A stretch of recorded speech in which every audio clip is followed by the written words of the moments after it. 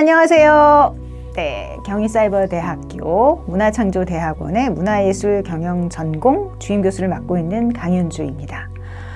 예술을 바꾸는 시간 15분 이런 예바시 프로그램을 제가 기획을 해서 시작을 했는데 막상 저 자신을 소개하는 건 이번이 처음이네요. 여러분들한테 제 소개를 한다고 생각하니까 뭐 이런저런 생각이 들기도 하고 어떻게 하면 가장 효과적으로 지금의 강윤주를 여러분에게 소개할 수 있을까 고민을 하다가 지금 여러분들이 보고 있는 공룡이 등장하는 이런 재밌는 그림과 함께 여러분에게 저를 소개해 보려고 합니다.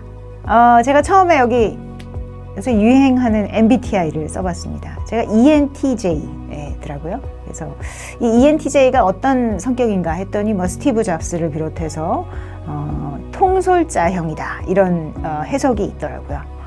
처음에 저는 이제 통솔자형이 아니라 독재자형 이렇게 이해를 해서 내가 워낙 MBTI적으로 성격이 독재자형이라서 이렇게 살았구나 라고 생각했는데 그게 아니라 다시 자세히 들여다보니까 통솔자형이더라고요. 그래서 통솔자형인 그래서 어쩌면 전공 주임 교수를 맡고 있을 저에 대해서 여러분에게 소개를 해드리려고 합니다. 네, 타로 카드처럼 여러분들에게 제 인생의 면면을 카드로 하나씩 넘기면서 말씀드리려고 해요. 제일 먼저 여러분들에게 말씀드리고 싶은 점은 제가 연극을 사랑하는 시민 배우이자 공연 기획자이고 제작자이다. 이 얘기를 하고 싶습니다. 제가 경희사이버대학교에 들어온 것은 2007년이었어요. 그러니까 뭐 상당히 긴 세월이 10년이 훌쩍 넘는 세월이죠. 그 전에도 여기 학교에 들어오기 전에도 한 5년에서 10년 정도는 시민 배우로서 무대에 올랐었던 것 같습니다. 뭐 낭독극을 하기도 했고 이렇게 오페라 갈라쇼처럼 연극의 어떤 토막토막 짧은 장면들을 연기하는 그런 실험적인 시민 연극을 하기도 했고요. 근데 연극은 언제나 저한테 어떤 꿈을 주는 꼭 해보고 싶은 그런 일이었던 것 같아요. 제가 2007년부터 여러분도 꽤 많이 아시겠지만 제가 이제 시민예술을 연구 주제로 삼고 있는 사람인데 그 시민예술을 연구하면서 점점 더 보는 예술이 아니라 하는 예술을 내가 직접 해보고 싶다. 이런 생각이 더 많이 들더라고요. 그런데 2020년부터는 정말 본격적으로 무대에 오르는 일을 좀 정규화해보자 하는 생각이 들었습니다. 그래서 제가 여기 화면에 쓴 것처럼 매해 한 번은 무대에 오르자. 물론 그 모든 대사를 외워서 제대로 하는 연극을 하는 일은 이 제 노화된 머리로는 쉽지 않습니다. 그렇지만 계속해서 낭독극이라는 형태로 무대에 서는 일을 하고 싶고 그것과 더불어서 시민 연극이 아니라 뭐 이른바 전문 예술이라고 하는 분야에서 공연 기획을 2년, 3년 전부터 시작했습니다. 극단의 대표로 잠시 1년 정도 일을 하기도 했고 지금도 역시 이런 연출 저런 연출과 함께 여러 가지 공연 기획을 하는 분야에 적극적으로 이제 끼어들었는데 그렇게 현장에 일을 하다 보니까 이 예술 경영의 어떤 참맛 그리고 그 현장에서의 모습이 어떤 것인가를 더 디테일하게 알 수 있어서 여러분에게 더 필요한 교육과정을 구성할 수도 있고 저 자신도 그런 강의를 할 수 있어서 참 좋다는 생각이 들어요. 그래서 앞으로도 시민 배우이자 공연 기획자로 계속해서 시간을 쓰려고 합니다. 연구자로서의 저는 어떤 사람이냐? 여러분, 저희 전공의 슬로건 아시죠? 사회적 예술입니다. 예술의 사회적 가치와 역할을 고민하는 그런 전공인 것이죠. 저는 예술의 사회적 가치와 그 역할에 굉장히 진심입니다. 그래서 올해는 좀 더 적극적으로 이 분야 연구를 하면서 논문 및 뭐 여러 가지 형태 책 같은 형태로 더 많은 글쓰기를 해야겠다. 더 나이 들어서 정말 글쓰기가 힘들어지기 전까지 기본적으로 저의 아주 핵심적인 아이덴티티 중에 하나는 연구하고 강의하는 연구자이자 교수이니까 그 일을 충실히 해야겠다는 생각을 더 많이 하게 됐습니다. 그래서 계속해서 이 사회적 예술, 뭐 생활 예술이 될 수도 있고요. 거기는 뭐 예술 교육이 될 수도 있고 예술인에 대한 교육이 될 수도 있고 예술인에 대한 복지도 있을 수 있죠. 그게 이제 제가 주요 테마로 삼아왔던 것들인데 그런 분야의 프로젝트, 연구 프로젝트 및 논문을 열심히 써야겠다 그런 생각을 하고 있어요. 세 번째로 이야기하고 싶은 것은 제 사주에 있는 역마살 이야기입니다. 제가 여행을 굉장히 좋아합니다. 그래서 여기저기 제가 다 카운트 해보진 않았지만 아마 국내외 특히나 코로나 이전엔 더 그랬는데요. 비행기를 몇 번을 탔을까 생각해보면 꽤 많은 시간을 집이 아닌 바깥에 있지 않았을까 하는 생각이 들거든요. 그래서 또 여러분을 만나기 위해서 교수가 간다라는 그런 프로젝트도 제가 전공에서 운영을 한 적이 있는데 사실 여러분들이 너무 바빠서 서울에 올라와서 전공에서 진행하는 행사를 참여하기가 어렵잖아요.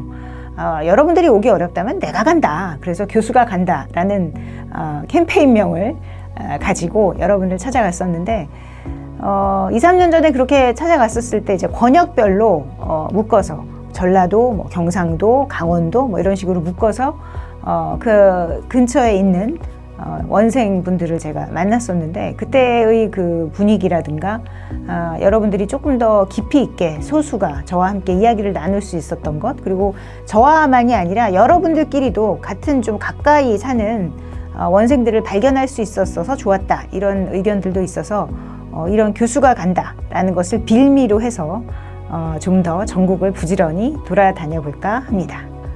저의 그 정체성에 있어서 아주 중요한 것 중에 하나는 함께 살기, 그러니까 공동체입니다.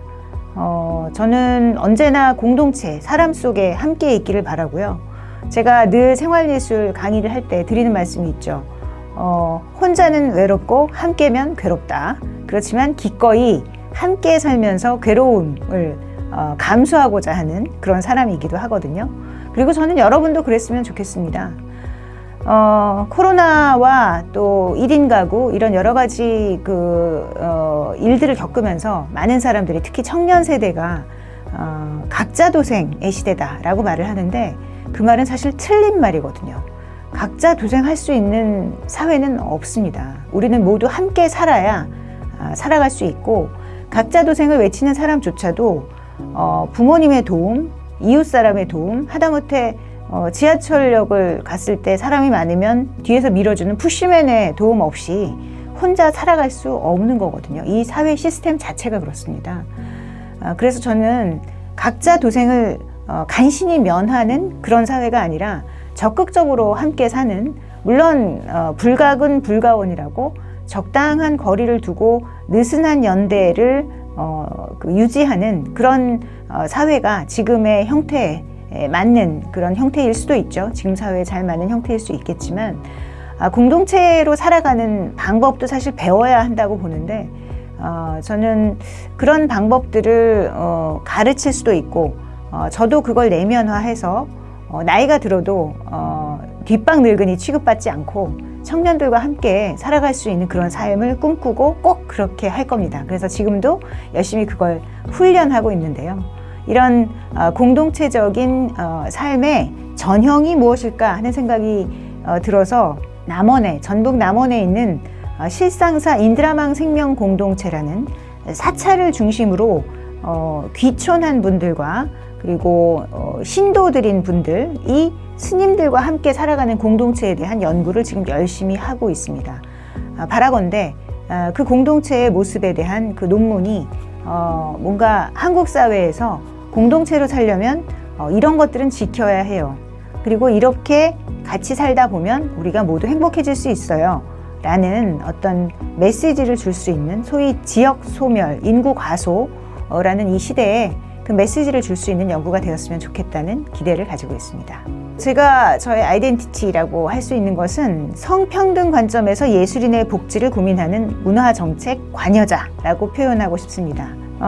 문화연대라는 이런 예술인들의 복지를 포함한 예술 정책의 진심인 비영리 운동단체가 있습니다. 예를 들어 이제 예술인들의 블랙리스트 사태 때 앞서서 조직하고 싸웠던 그런 곳이기도 하죠.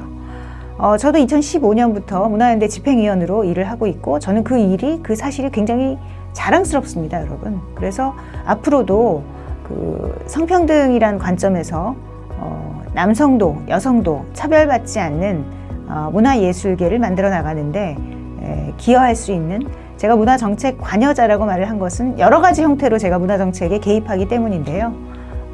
한국문화예술위원회 아르코의 예술위원으로 일을 하면서 심의를 하는 그런 역할을 하기도 했었고, 뭐 자문, 컨설팅, 또 모니터링 이런 여러 가지 일로 이제 교수라는 것 때문에 더 많이 불려다니게 되는데, 그럴 때 진심을 다해서 좀 불편한 이야기가 되더라도 환경을 개선할 수 있는 일이라면 정확하게 말을 하는 사람이 되어야겠다라는 생각을 하고 있습니다. 마지막으로 저는 여러분과 친해지고 싶은 50대 중반의 아줌마입니다.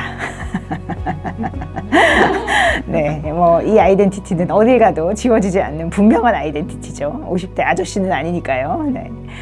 여러분과 함께 공부도 하지만 여러분들에게 논문 지도를 하느라고 때로는 회초리를 드는 무서운 사람이기도 할 수 있지만, 기본적으로는 함께 늙어가는 처지에, 같이 늙어가는 처지에 어떻게 하면 하루라도 즐겁게 잘 놀 수 있을까, 우리가 오늘 주어진 지금 여기 이 순간에 얼마나 행복할 수 있을까를 고민하는 그런 사람이고 싶습니다.